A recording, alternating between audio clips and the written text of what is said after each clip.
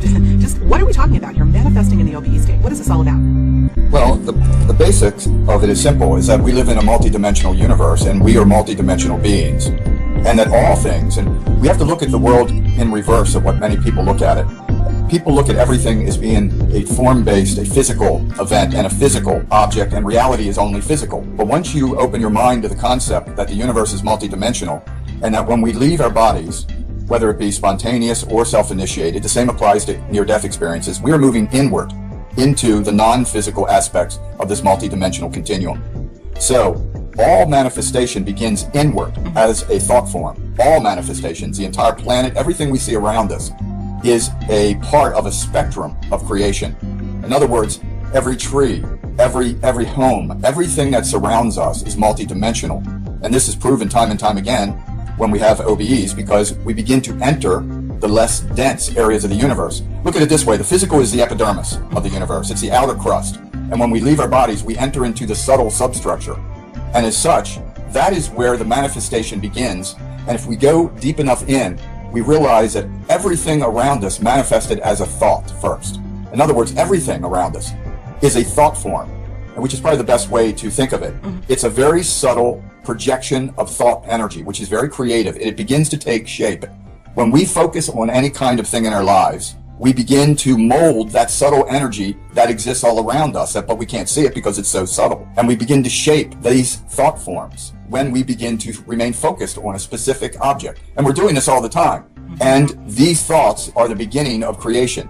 The mechanics of creation is an inward to outward process. It doesn't just magically appear in the physical, even though it may look like that to us. Suddenly there's a physical object. There's a mechanics occurring, and this mechanics is exciting because we are the creators of this very thought form creation to any form that we focus upon. And this is a substructure of matter. Each of us is constantly molding our future reality by how we manipulate and focus our thoughts today. This is the unseen mechanics of creation. We do it all the time. Everything is consciousness at its core. So everything has been on some level created by some form of consciousness. And it's quite exciting because everything is a manifestation. My wife and I's thoughts on manifesting this had begun to shape the non-physical parallel world that is a substructure of my physical world. And we, collectively, had begun to alter the substructure of matter energetically with our thoughts. In other words, this fireplace was beginning to take shape energetically in the non-physical dimension. And this is the mechanics of creation. This is what we do all the time when we focus on a creative act or process in our lives. And we're affecting the substructure of matter, which is the non-physical dimension parallel to us. And this is the building blocks of all creation. It all begins from the inward dimensions and then works its way outward into matter. This is also what I feel that psychics are reading around us when they begin. People say, what is a psychic actually reading? People get readings for the future. Yeah. Many psychics, I feel, are actually picking up on the thought forms that are around us. Because this is in our energy field. We're carrying our future. If you're fixated on whatever it may be, that is part of your energy field. And psychics are sensitive to energy. They're sensitive to thought forms, which is energy. And they are picking up on this future that you are beginning to build in your own energy field. This is a very important process. This is part of one of the reasons we're in a physical body. We're learning how to be consciously powerful and effective creators of our reality. And when we begin to recognize that we are the creative force, very few people are aware of it though. They think their world is ruled by luck and a coincidence. But eventually we have to grow up and learn that we are the creative energy force. And we have to learn the rules of the road. How do we manage our energy? How do we manage our creative force so that we can build the life we want instead of being the result of other people's thoughts? And that's what's causing a lot of the problems in the world, is that there's a collective thoughts are very powerful. Nations have a collective thoughts. Religions have collective thoughts. And they are, the more people that are involved in this creation of these thought forms, so often the more powerful these thought forms become. And people are, in a sense, are being manipulated by the collective thought forms, and many of these are negative, like as we see in the world today, these groups that are going around killing people. Why are they killing? They're killing them for an idea. It's an idea they're killing for. So we have to learn to take control of our own thought forms, not only so we can be effective creators of our own reality, but also so that we're not manipulated like puppets by other groups' thought forms that are always in our environment because they're part of our living condition. Right. In other words, the government puts out thought forms, are collective. The media puts out thought forms. We're constantly manipulated or conditioned from birth, often, by certain belief systems. And then we're indoctrinated as children by these concepts that we believe about ourselves and our reality. And all of these are thought forms that are influencing us. So we have to learn to not only to be the powerful creator of our own thought forms, but to also realize and learn how to defend yourself from other people's thought forms that may be somehow manipulating your state of consciousness. Right. Look at all the things that we've been indoctrinated to believe from birth. And anybody that thinks they've not indoctrinated, they have to ask themselves one question. What would you believe today if you were born in Iran or China? What would be your belief system? What would be your religion? What would be your national flag that you would defend with your life? You know, everything about your beliefs today would be altered and shifted. So we have all been indoctrinated by our society and our culture. And often the indoctrination was not necessarily for our benefit. It's for the benefit often of the collective. It's not for the benefit of the individual. And that's what we always have to be careful of. Look at the belief systems today and how some of them are so incredibly warped and dangerous. And yet millions and millions of people believe these belief systems where you have to kill someone who doesn't agree with you. And it's running rampant in the world. It's nothing more than a thought form created by a collective that is spreading throughout the world. That's what I mean about we have to be careful. There's an old saying, don't believe everything you think. Because we have to be strong enough to step outside ourselves a little bit and examine our own beliefs. Why do you believe what you do? What evidence supports your beliefs? You know, why do you feel the way you do about certain things? Is it because you were conditioned from birth to believe a certain way, which is often the case? It really takes some effort and courage to examine your own beliefs. Are you really a free thinker like you may think you are? Are you just a puppet of religions and governments and powerful belief systems of the media? The universe is all about the molding of energy and then how it manifests in our lives and how open we are. And this is another thing. You have to be open to change, open to different things. Many people want to manifest things in their lives, but they're afraid of change. And a big part of manifestation is about opening your state of consciousness to be almost unlimited change. And that's when things happen quickly. People give it different names. Theosophists have called it the astral. Yogis have their own term for it. But it's all the same thing. It's a parallel energy world that exists. It's not separated from us. It's here. It's now. All dimensions exist here and now. They're just vibrating at a less dense level. Everything is here. And that's one thing I think it's important to get across. A lot of people think of this concept of heaven as being some imaginary realm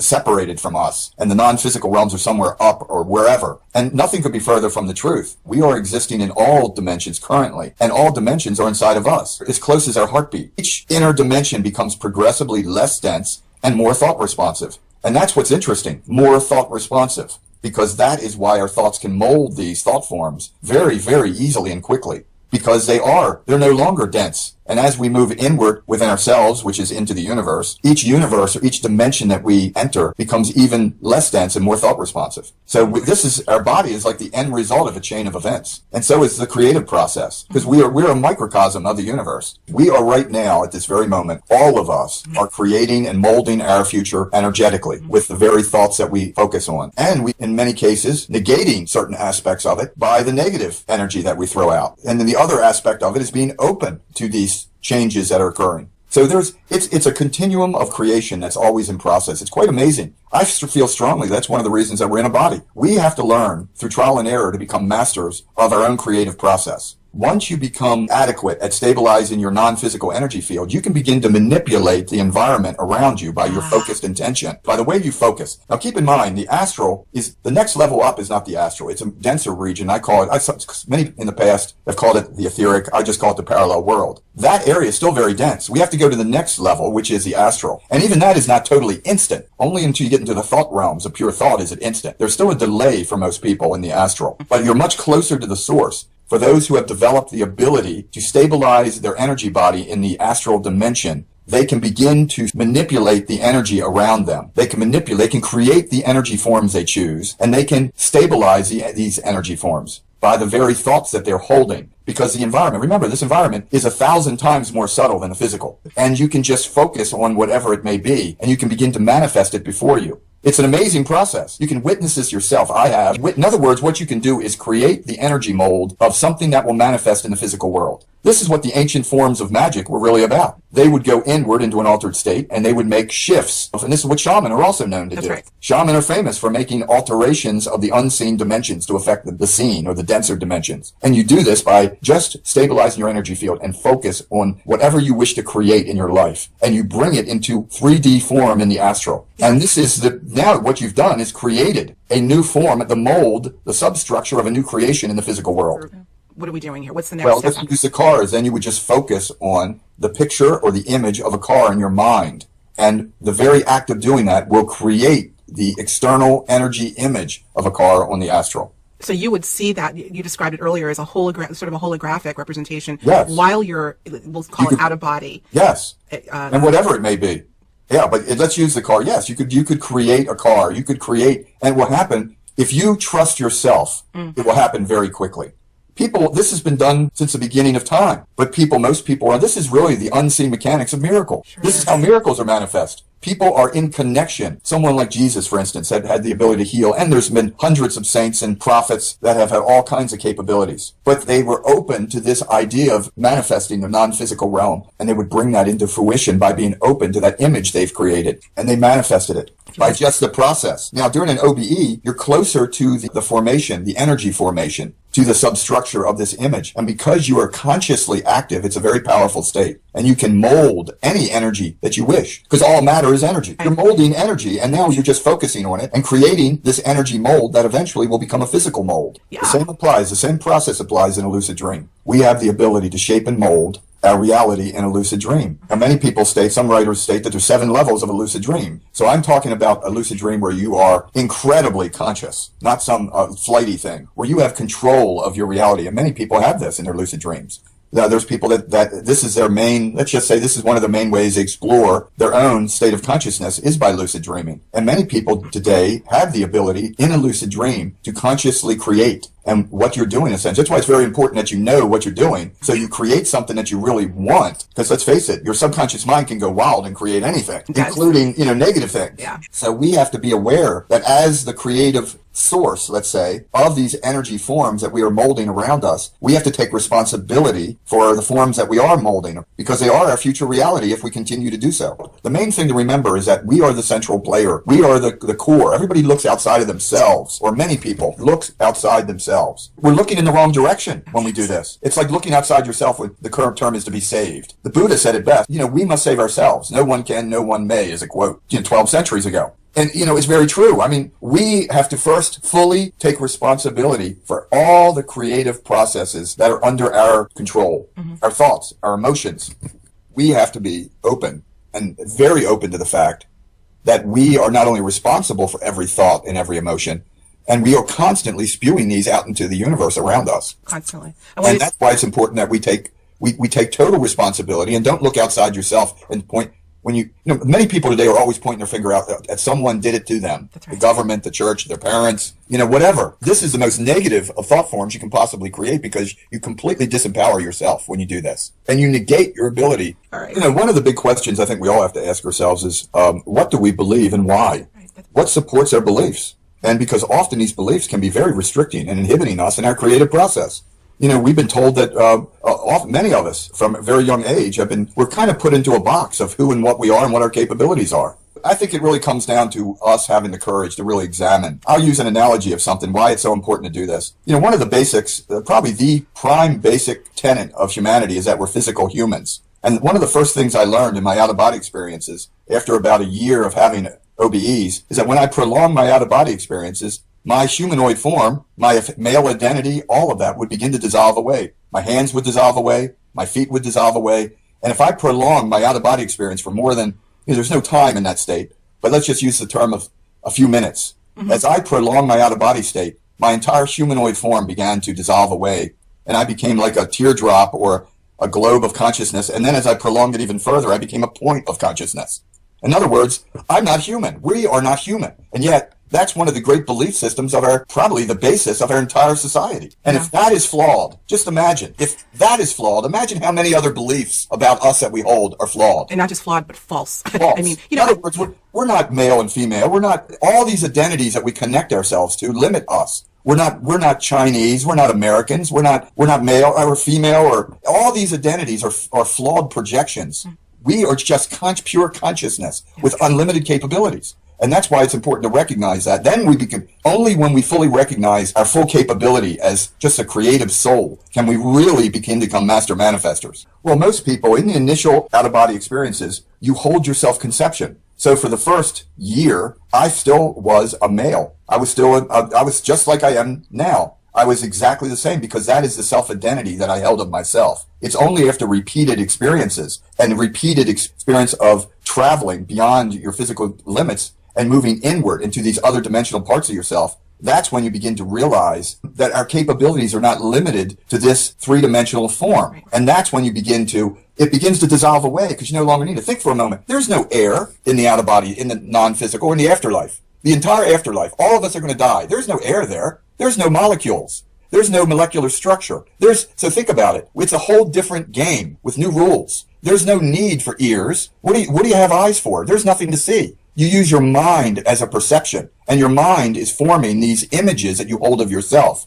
But when we die, there is no density. There's no molecules, all the things that we're used to and accustomed to. For instance, there is no gravity. There's no mass.